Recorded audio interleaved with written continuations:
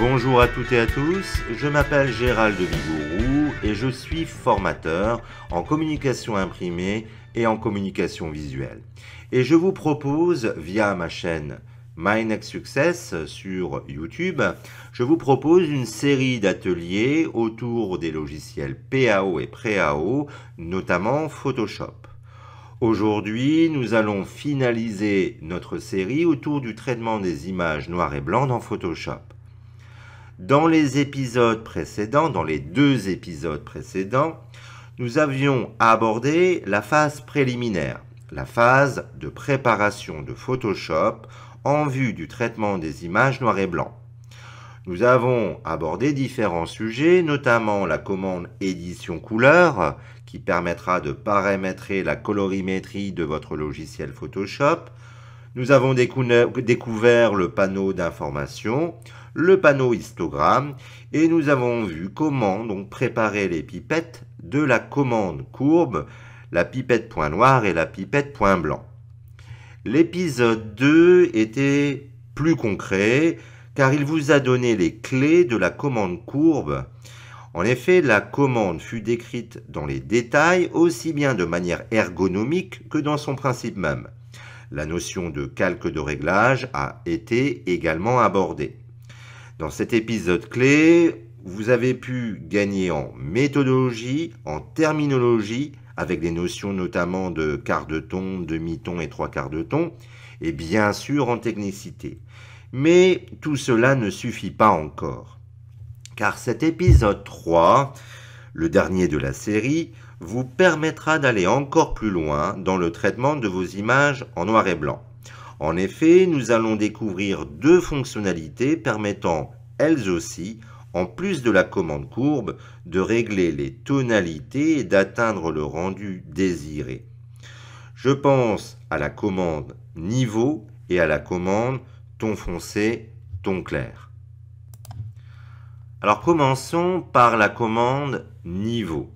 Alors la commande niveau permettra un rééquilibrage simple des tonalités d'une image. En effet, le réglage niveau, la commande niveau, vous permettra donc de corriger rapidement la gamme des tons d'une image noir et blanc en réglant les niveaux d'intensité des tons foncés, des tons moyens et des tons clairs. Alors voici par exemple une image avant réglage des niveaux. Et voici la version donc après réglage des niveaux et vous constaterez, vous remarquerez par vous-même un meilleur rééquilibre des tons et donc une image plus contrastée, plus nette.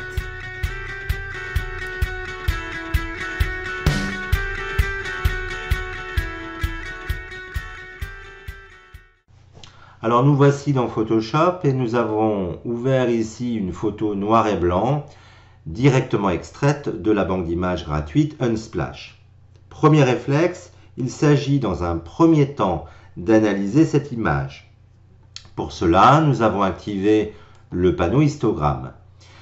Son analyse nous permet de constater que nous avons un histogramme irrégulier, une masse de tons foncés à gauche, des tons moyens assez peu présents au centre et très peu de tons clairs. La conséquence directe est une image sombre, faiblement contrastée avec peu de modelé. Il s'agit donc de rééquilibrer les tonalités et de tenter d'avoir un histogramme mieux réparti entre tons foncés, tons moyens et tons clairs. Nous allons tenter par la commande niveau d'ouvrir l'image. Eh bien, nous allons pour cela dans Images, Réglages et nous allons cliquer sur la commande niveau. Voilà. Nous retrouvons une fenêtre niveau et dans cette fenêtre, nous avons un graphique que nous connaissons bien, à savoir le fameux histogramme. Horizontalement, cet histogramme est une représentation visuelle des variations de luminosité de pixels, des tons foncés à gauche aux tons clairs à droite. Et puis verticalement, cet histogramme nous informe des quantités de pixels par tonalité. Donc beaucoup de pixels sombres, très peu de pixels clairs et un peu de pixels moyens dans les tonalités grises. Alors, sous cet histogramme, nous avons les niveaux d'entrée. Donc en toute logique, pour les tons foncés, le point noir, nous sommes au niveau 0. Et pour le point blanc, matérialisé par le curseur qui est ici, nous sommes au niveau 255. Donc sous-exposition de lumière 0 pour le noir, surexposition de lumière 255 pour le blanc. Nous avons au centre les tons moyens, appelés également le gamma, et eux, bizarrement, ne sont pas fixés à 127, mais plutôt à 1. Nous avons tout en bas de la fenêtre les niveaux de sortie. Alors, les niveaux de sortie permettent de définir le niveau le plus sombre d'une image et le niveau le plus clair d'une image. Et par défaut, il s'agit bien sûr du point blanc à droite et du point noir à gauche. Et pour le point noir, nous sommes également à 0. Et pour le point blanc, nous sommes également au maximum à 255. Donc dans la fenêtre niveau, nous sommes dans une configuration plutôt liée à la lumière, en fait, et non pas à l'encre. Très bien. Alors, le principe des niveaux est relativement simple. C'est-à-dire que si nous décidons de déplacer le niveau d'entrée point noir ici vers la droite, nous allons englober de plus en plus de pixels de l'image. Ils vont devenir les pixels sombres de plus en plus sombres et l'étendue des pixels sombres va être de plus en plus importante. Et si je m'arrête ici par exemple, j'ai une valeur à 85, ça veut dire quoi? Eh bien que les pixels de 85 de tonalité et antérieure vont tous être réglés à 0. Si je fais l'inverse, c'est-à-dire si je prends donc le point blanc et je le déplace vers la gauche, en toute logique, je vais éclaircir l'image puisque je vais augmenter la gamme des tonalités claires et j'aurai de plus en plus donc de pixels clairs. Donc si je m'arrête à 61 ici, ça veut dire que tous les pixels de tonalité 61 et postérieure jusqu'à 255 vont être tous fixés à 255. Voilà. Donc voilà la relation qui existe entre les niveaux d'entrée et les niveaux de sortie. Et bien évidemment, la modification est ici donc des placements des tons foncés et des tons clairs permet une redistribution des tonalités en fait. Alors, comment agir au mieux par rapport à ces tonalités? Eh bien, l'idée, c'est tout simplement d'éviter l'écrêtage. Alors, qu'est-ce que cela veut dire? Écrêter des tons foncés, ça veut dire rendre les pixels totalement noirs. Donc, nous n'aurons plus de détails. Écrêter des tons clairs, ça rend les pixels totalement blancs. Plus aucun détail n'apparaîtra non plus. Donc, comment identifier les zones de l'image en cours d'écrêtage, puisqu'il faut éviter l'écrêtage? Les zones entièrement blanches qui deviendront entièrement blanches ou entièrement noires. Eh bien, j'ai ma petite astuce, bien sûr. Je vais me positionner ici sur le curseur pour les tons sombres. Et en même temps que je déplace, je vais sur PC appuyer sur la touche Alt ou sur Mac la touche Option. Et vous voyez le visuel, j'ai ici donc un visuel qui me permettra lors de mon déplacement de détecter automatiquement donc les zones qui vont être écrêtées. Elles vont apparaître en noir en fait sur l'image. Vous voyez. Donc là, à éviter, je vais m'arrêter tout simplement ici. En fait, l'idée bien sûr c'est de s'arrêter au début de l'histogramme pour les tons sombres. Je vais faire de même pour les tons clairs. Je déplace avec Alt enfoncé ou Option pour Mac et je m'arrête environ ici. Voilà, donc j'ai redistribué donc les tons foncés et les tons clairs puisque maintenant les points 0 sont ici à la place de 12 et 255 à la place de 202. Maintenant, il s'agit de jouer avec le gamma. N'oublions pas que nous avons toujours le panneau histogramme ici de présent et toute action que nous allons effectuer dans la fenêtre niveau s'impacte concrètement sur le panneau histogramme. Je vais donc regarder ici, déplacer le curseur gamma des tons gris des tons moyens, des tons gris, vers la gauche, pour ouvrir un petit peu l'image et retrouver ici du détail. Et je constate que j'agis effectivement sur les histogrammes qui, au fur et à mesure, a une meilleure répartition entre ton foncé, ton clair et ton moyen.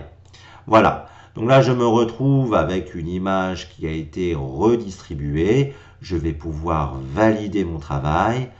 Très bien. Alors, tout comme la commande courbe, je préconise l'utilisation donc du calque de réglage niveau plutôt que de la fonctionnalité niveau issue du menu déroulant image réglage.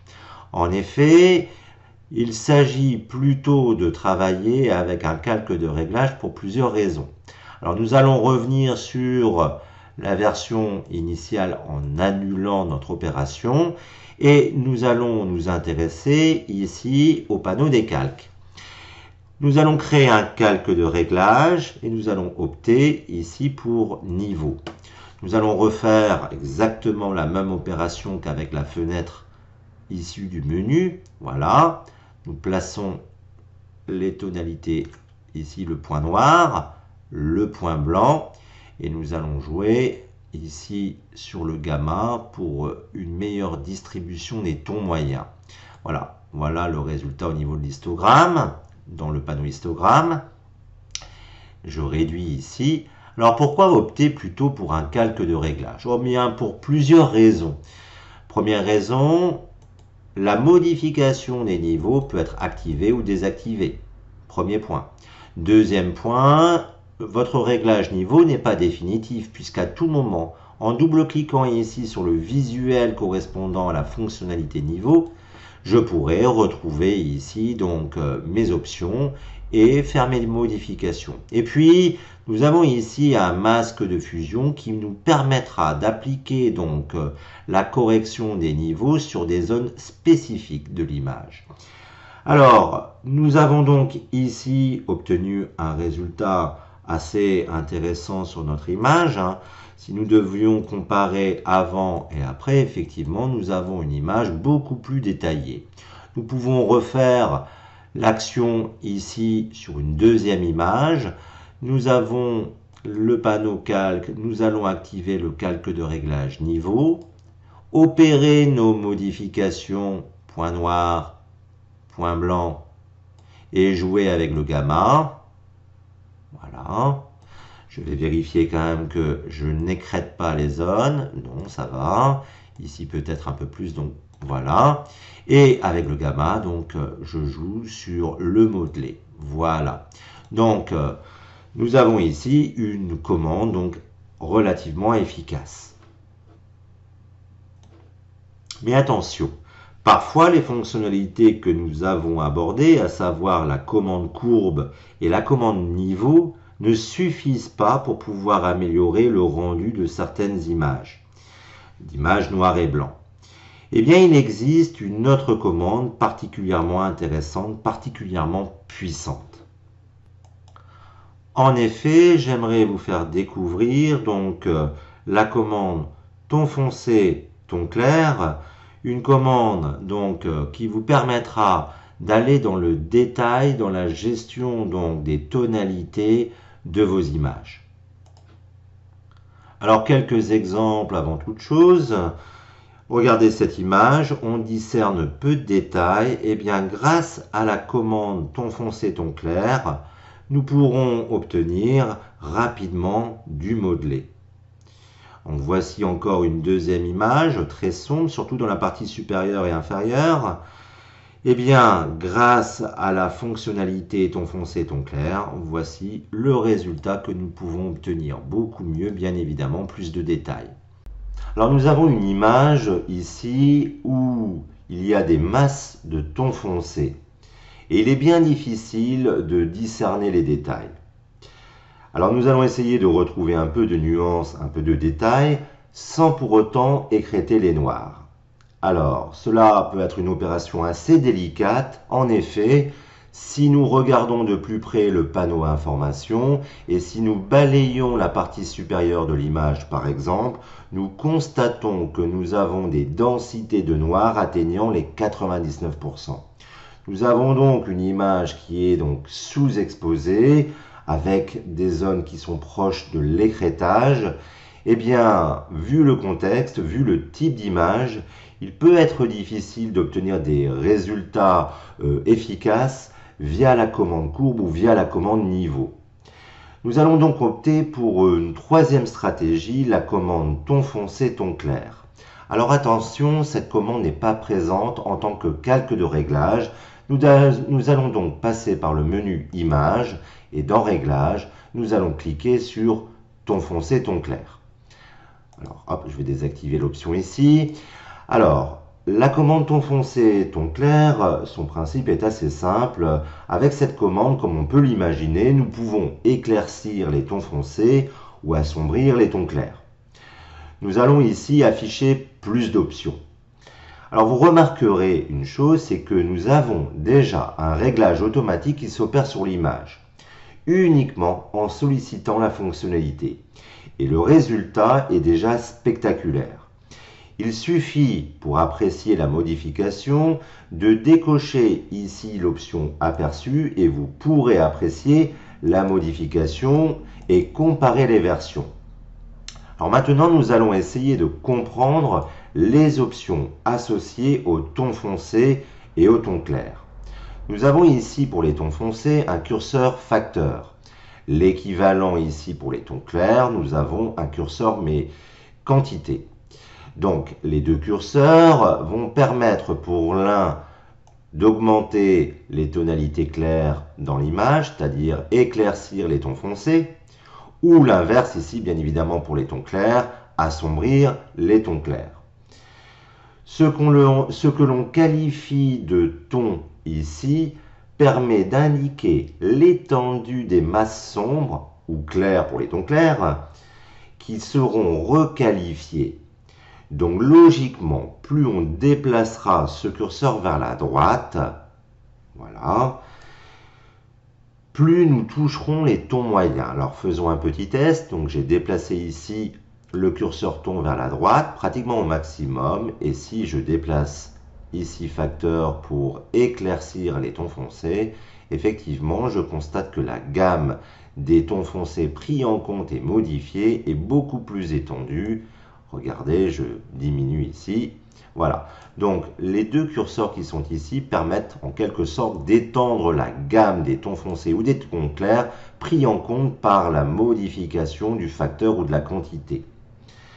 Alors, attention, une modification importante du facteur, pour les tons foncés notamment ici, risque de pénaliser le détail, le relief de l'image en simplifiant les tonalités. Alors pour éviter cela, nous avons ici une option rayon qui permettra de refabriquer les strates, les variations de tonalité et donc de retrouver un modelé qui aurait été perdu donc par l'intensité donc de la modification du facteur. Donc si ici j'ai un facteur à 100%, si j'ai un rayon trop faible, vous constatez bien ici que je perds en détail. Eh bien, je vais retrouver ce détail tout simplement en augmentant le rayon. Ça recrée des strates entre les différentes tonalités. Voilà, donc je vais remettre les choses de manière un peu plus acceptable ici et je valide. Nous pouvons tester la commande avec une image inverse, c'est-à-dire une image trop claire. Image, réglage, ton foncé, ton clair. Donc vous avez déjà bien évidemment une action qui a été faite directement sur l'image. Je vais à présent m'orienter ici sur les quantités pour assombrir les tons clairs et retrouver, comme vous pouvez le constater, du détail, notamment dans le pull ici. Je peux étendre la gamme, je ne pense pas que c'est nécessaire, et augmenter légèrement donc le rayon. Et si je décoche, voilà, nous avions une photo qui était initialement surexposé. À présent, nous avons quelque chose de beaucoup plus équilibré. Si nous regardons d'ailleurs de plus près l'histogramme qui est en arrière-plan, nous constatons bien que la répartition des tonalités est déjà plus acceptable. Nous allons valider. Donc nous avons affaire ici à une commande particulièrement donc efficace qui complétera judicieusement la commande courbe ou la commande niveau. Alors notre série d'épisodes liés à la gestion des images noir et blanc dans Photoshop touche à sa fin. J'espère que ces 3 tutos spécifiques vous permettront de retravailler au mieux vos photos noir et blanc. Si vous avez aimé donc cette vidéo, si vous souhaitez soutenir mon travail et voir de nouvelles vidéos sur la thématique de l'image par exemple, n'hésitez pas à vous exprimer. Le meilleur moyen est de liker cette vidéo, de la partager sur vos réseaux sociaux et bien sûr de vous abonner à ma chaîne YouTube My Next Success. Je vous remercie et je vous dis à très bientôt pour de nouveaux ateliers.